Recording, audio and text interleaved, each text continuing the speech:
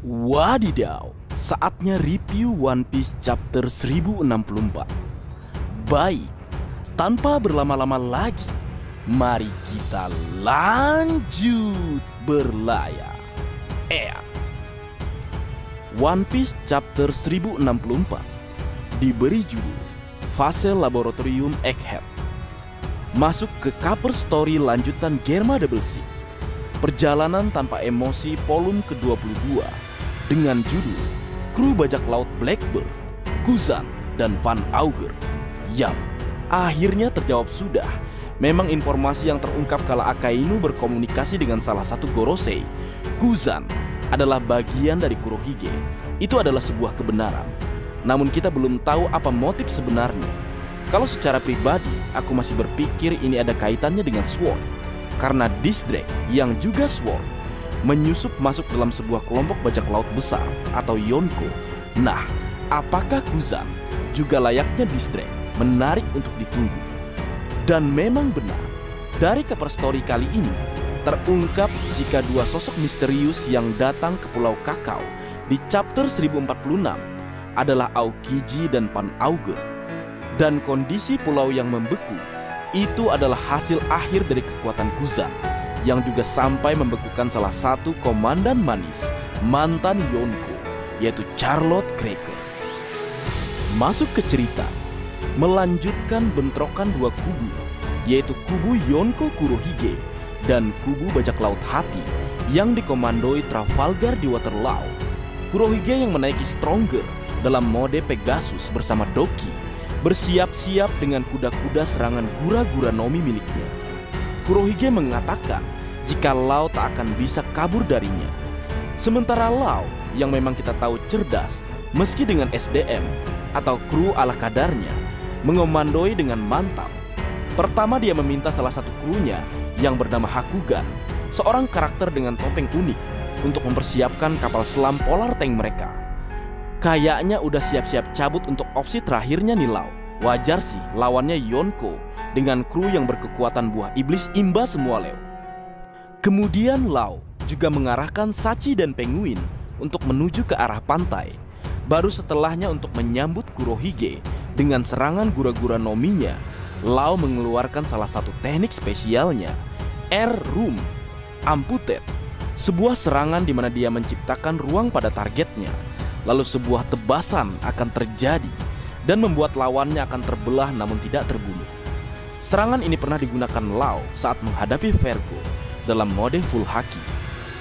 Berlanjut, akibat dari serangan Air Room Amputate, Stronger terbelah dan itu menyebabkan kuda-kuda Kurohige saat berada di udara goyah. Akhirnya serangan gura-gura tidak tepat sasaran, namun tetap beberapa kru Lau terkena dampak serangannya ketika Kurohige terjatuh bersama Doki dan Stronger. Beralih ke Doki yang jatuh bersama Kurohige dan Stronger, dia terkejut dengan apa yang terjadi dan bertanya-tanya apakah Stronger sudah mati. Dan dalam sebuah kesempatan, dia melemparkan keranjang apelnya yang bisa meledak, yang pernah kita lihat saat awal kemunculannya ketika dia menawarkan apel kepada orang-orang dan menciptakan ledakan saat apel tersebut digigit. Melihat apel yang jatuh mengarah kepada mereka, kru Lau berlari menjauh, sementara Sachi yang berada di laut berenang dengan cepat dan menyemburkan tembakan air ke arah apel-apel Doki. Ledakan terjadi di udara, sehingga kru-kru Lau aman. Doki terkejut melihatnya. Aku pun terkejut Leo, karena Sachi bisa melakukan hal mengejutkan tadi. Sachi mengatakan jika dia berasal dari North Blue, tepatnya di pelabuhan Frigid. Jadi jangan pernah meremehkannya, karena lawannya tak akan menang jika itu adalah pertarungan di atas laut. Jadi sekarang tujuan mereka adalah menenggelamkan kapal bajak laut Blackbird. Dan kita bisa melihat kapal polar tank sudah berada di dalam laut, dan terlihat ada dua kru yang berenang di dekatnya. Mereka nampaknya sudah bersiap menyerang kapal Yonko Kurohige dari arah bawah laut. Kembali ke pulau tempat pertarungan dua kubu, Beppo Siming Beruang Unyu berteriak kepada Jenbird jika ada sniper dari arah 3 dan mereka harus melindungi kapten mereka. Beppo ini nampaknya punya kemampuan pengamatan sekitar yang bagus Leo. Mungkin ini salah satu alasan mengapa dia menjadi navigator. Selain itu, karena berasal dari suku Ming, mungkin dia mendapatkan kelebihan pengamatan layaknya binatang buas. Berlanjut ke cerita, berdasarkan arahan dari Beppo, Jenber, yang memang nampaknya tameng hidup bajak laut hati, bergerak dengan cepat, melindungi titik buta kaptennya dengan menggunakan tubuhnya. Sampai-sampai Van Auger, yang memang mengincarnya dengan baik, memuji para kru Lau karena mereka sangat kompak menjaga kaptennya. Aku juga Leo, angkat topi dengan kru Lau. Meski tidak segemerlap kru Luffy, tapi mereka ini kompak, terstruktur dan sistematis. Faktor utamanya nampaknya karena punya kapten yang cerdas ya Leo. Kembali ke pertempuran, Lau kembali mengeluarkan serangan spesialnya. Kali ini dengan Karum atau Krum. Ya, sebuah ruang hampa ukuran kecil diciptakan oleh Lau, memadukannya dengan pedang Kikokunya, lalu mengarahkannya pada Kurohige, sehingga sebuah serangan tercipta. Shock Wheel, pedang Lau memanjang dan membesar, kemudian menembus perut Kurohige. Kurohige terluka akibat serangan tersebut. Mantap benar nih pria dengan bounty 3 miliar berry. Dengan bantuan kemampuan buah iblisnya, Trafalgar di Waterloo layak bersanding dengan para pendekar pedang terkuat. Kalau macam ini Leo, keren memang. Ini baru yang biasa, belum yang skala raksasa yang sampai menghujam Big Mom ke dasar negeri Wonokuni. Kembali ke cerita, meski terluka cukup parah akibat tertusuk serangan Lau, namun kemudian Van Augur muncul dan berteleportasi ke dekat Kurohige yang terjatuh. Sambil menyalahkan Kurohige karena semua yang terjadi saat ini adalah akibat kaptennya menyerang tanpa rencana. 11-12 lah sama Sencho Monkey di Luffy. Serang dulu, berpikir kemudian. Van Auger bertanya pada Kurohige, apakah mereka semua perlu ditarik mundur? Dan kalian tentu tahu jawabannya apa. Hahaha, sambil terbatuk-batuk dan memaki Van Augur seorang yang bodoh. Kurohige berkata jika pilihan mereka hanya maju. Dan setelah itu, Kurohige tiba di hadapan Trafalgar di Waterloo dengan bantuan teleportasi dari Van Augur. Jujur Leo, aku sungguh tertarik dengan kekuatan buah iblis kru Kurohige yang satu ini. Karena itu sangat keren. Alasannya pertama, dapat membantunya dengan spesialisasinya sebagai seorang sniper untuk berpindah-pindah tempat. Kemudian yang kedua, nih orang bisa membawa serta seluruh elite kru atau komandan Titans, bajak laut Kurohige, ke medan tempur dengan sangat cepat. Dan badas kemunculannya, bakalan epik kan mereka tiba-tiba muncul ke tengah pertempuran dengan kekuatan dari milik Van Augur. Kemudian Leo, buah iblisnya ini mirip dengan kemampuan Lau yang juga dapat memindahkan suatu objek, tapi untuk Lau dia perlu objek lain untuk ditukarkan. Menarik ini untuk dibahas lebih lanjut. Kembali ke pertarungan dua kapten Lau dan Kurohige. Lau berkata tentang semua eksekutif Kurohige yang merupakan pengguna kemampuan buah iblis. Dan dia berkata jika semua kelemahannya adalah laut. Namun Kurohige menjawab, ini bisa dibilang keuntungan daripada sebuah kelemahan. Untuk orang yang mengetahui semua isi dari buku buah iblis, tentu pasti akan berpikiran seperti itu. Dan buah iblis yang menjadi kekuatan krunya memang semua spesial dan bahkan mendukung keahliannya masing-masing.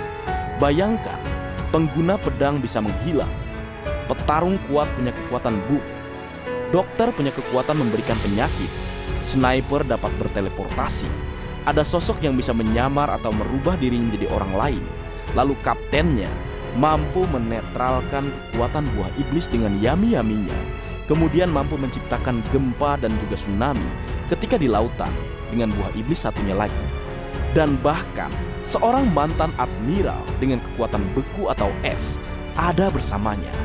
Nikmat buah iblis apa lagi yang kau dustakan? Kembali ke cerita, berpindah ke arah laut, sebuah ledakan terjadi di kapal bajak laut Kurohige. Dan serangan tersebut berasal dari bawah laut dengan tujuan nampaknya menenggelamkan kapal Yonko Kurohige. Dan kita bisa melihat di bawah laut kapal Polar Tank dan dua kru Lau sebagai pelakunya. Kemudian berpindah ke dalam kapal Yonko Kurohige dalam sebuah jeruji penjara kita bisa melihat Charlotte Pudding yang telah diculik Kuzan dan Augur ada di sana. Dan ini adalah kali pertama sebuah cover story langsung terhubung dengan cerita yang berjalan. Biasanya kan cover story itu untuk cerita-cerita selanjutnya. Tapi memang dengan kemampuan Pan Augur, memang hal ini menjadi mungkin terjadi. Karena dengan kemampuan teleportasi, berpindah dengan cepat dari satu tempat ke tempat lain bukanlah hal yang mustahil dilakukan. Tapi meski Pan Augur dan Pudding ada di TKP saat ini, kita belum bisa melihat Kuzan Yaleo. Di mana kira-kira tuh orang, dan kru Kurohige yang lain pun tidak terlihat selain Burgess, Augur, Stronger, dan Doki. Kembali ke Charlotte Pudding, dia dijaga oleh dua kroco Yonko Kurohige. Mereka nampak tenang meski tengah terjadi ledakan di kapal, karena mereka percaya semua akan berakhir karena para komandan atau eksekutif mereka sangat kuat. Kemudian kita bisa melihat Pudding yang mengatakan jika Big Mom masih hidup, mereka tidak akan mendengar kata-kata seperti itu. Dan kedua kroco membalas perkataan Pudding dengan mengatakan pada Pudding, jika dia terus percaya pada legenda lama, maka Pudding tidak akan pernah maju ke zaman berikutnya. Tumben nih para kroco benar kata-katanya. Yap, era lama akan berganti dengan era baru. Dan saat ini, yang dihadapi kelompok Yonko Kurohige adalah salah satu bajak laut yang bertanggung jawab atas kematian Big Mom. Kemudian kembali ke pertarungan dua kapten yang saling mengadu kekuatannya. Lau dengan pedangnya yang sudah dipadukan dengan Krum, sementara Kurohige dengan tinju gura-gura. Kita bisa melihat kilatan-kilatan hitam tercipta. Apa itu Hausoku Haki Leo? Menarik untuk dibahas secara terpisah. Dan setelah itu, dalam face to face, Lau yang sedikit tegang melihat Kurohige yang tersenyum khasnya mengeluarkan teknik lain dengan buah iblisnya yang lain. Blackwater, ucapnya. Apa yang akan terjadi selanjutnya? Ini menarik, tapi yang pasti kekuatan Kurohige dengan yami-yaminya mampu menetralkan kekuatan buah iblis. Dan jika itu terjadi, maka nasib buruk akan dihadapi Trafalgar di Waterloo. Tapi aku percaya Lau mampu melalui itu. Jadi mari kita tunggu bersama kelanjutan di chapter berikutnya. Dan di saat yang bersamaan dengan bentrokan dua kapten bajak laut era baru, kita bisa melihat Akainu mendapati kabar tentang pertarungan bajak laut Yonko Kurohige dan bajak laut hati Trafalgar di Waterloo. Pertarungan tersebut terjadi di Winner Island dan pertarungannya belum selesai. Dan informasi itu membuat Akainu frustasi, apalagi dengan jabatannya sebagai Fleet Admiral saat ini. Karena kita tahu, ketika dua bajak laut besar, apalagi itu adalah Yonko, dan orang yang telah mengalahkan Yonko terjadi bentrokan, itu akan menciptakan gangguan pada keseimbangan dunia.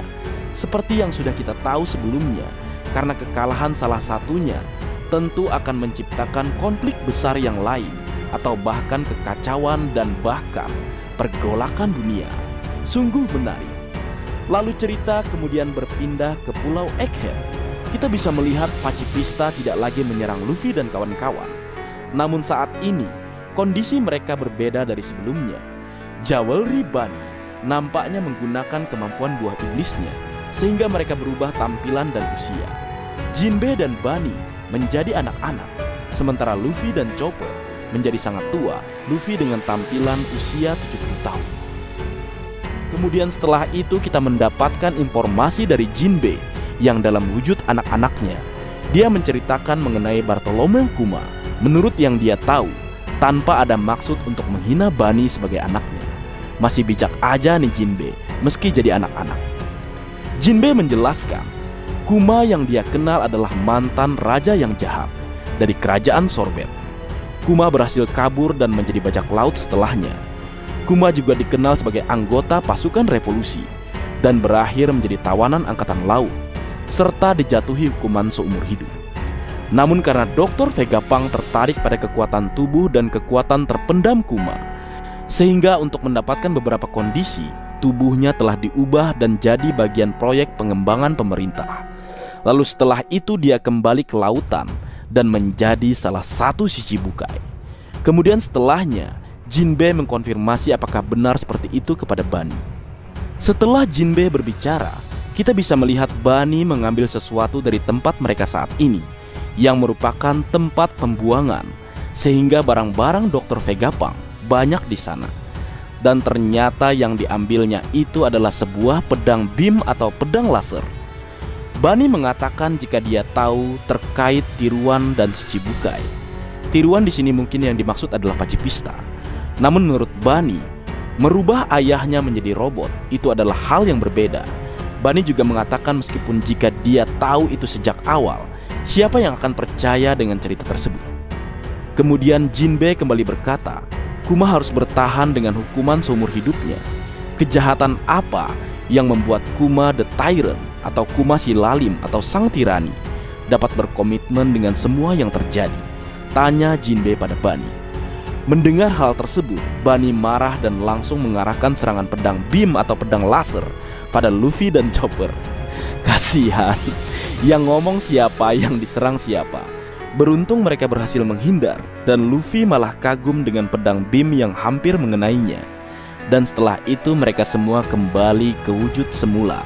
Nampaknya sudah dikembalikan oleh Bunny. Jewelry Bunny mengatakan jika ayahnya atau Kuma bukan seorang tyrant. Ayahnya sangat membenci pemerintah dunia. Makanya Kuma tidak ingin bekerja sama dengan pemerintah dunia. Pemerintah dunia pasti merubahnya secara paksa, ucap Bunny. Kuma pernah mengatakan jika dia berasal dari ras spesial. Namun semua itu bukan menjadi alasan sehingga Kuma menjadi bahan eksperimen atau bahkan membunuh Kuma, ucap Bunny. Dan hal tersebut diaminkan oleh Baka Sencho. Wah, sudah masuk nih chemistry-nya. Sementara Chopper bertanya-tanya tentang ras spesial yang diceritakan oleh Bunny. Baik, sedikit membahas. Aku setuju dengan Jewelry Bunny. Semua yang diceritakan oleh Jinbe tentang Bartholomew Kuma itu pasti sebuah propaganda pemerintah dunia. Kuma adalah orang yang baik. Namun karena dia berasal dari ras spesial dan juga kekuatan tubuhnya yang juga spesial, sehingga dia diminta untuk menjadi bagian dari pemerintah dunia dan juga diteliti. Namun karena Kuma membenci pemerintah dunia, dia menolaknya. Inilah yang mungkin menjadi alasan bisa jadi Kuma dikambing hitamkan atas suatu peristiwa di kerajaannya, sehingga dia akhirnya dikatakan sebagai tyrant. Padahal semua itu tujuannya agar dia ditangkap dan bisa dijadikan eksperimen. Kita ingat kasus ras langka lain seperti King the Wildfire juga menjadi objek penelitian pemerintah dunia. Kemudian Kaido yang memang super dan kuat sejak kecil, karena menolak pemerintah dunia dan juga angkatan laut, akhirnya dia ditangkap dan dijadikan bahan penelitian. Sungguh propaganda pemerintah dunia. Orang-orang licik memang ada di sana dan berdiri dan melakukan semua atas nama keadilan. Tak salah, Eustace Captain Kidd mengatakan dunia kriminal masih bermoral dari penguasa yang tamak. Apakah kalian sadar saat sampah menguasai dunia, maka dunia akan melahirkan sampah? Dan kembali ke cerita, ke kapal Tausan Sunny yang dibawa terbang oleh robot raksasa. Ternyata robot milik Vegapunk Lilithpunk 02 bisa terbang, dan itu disebut Pegaforce 01. Memiliki mesin jet di bagian belakang robot sebagai tenaga pendorong, dan dengan bantuan alat gravitasi, Pegaforce 01 memiliki kemampuan mengapung di laut. Alat gravitasi hanya untuk area sekitar Pulau Egghead. Wah, keren ini. Yok Franky, bisa dong modifikasi Iron Pirate Franky Shogun sehingga bisa terbang dan juga bermanuver di laut. Ini tempatnya sang jenius dunia. Saatnya mengambil tempat dan ilmunya.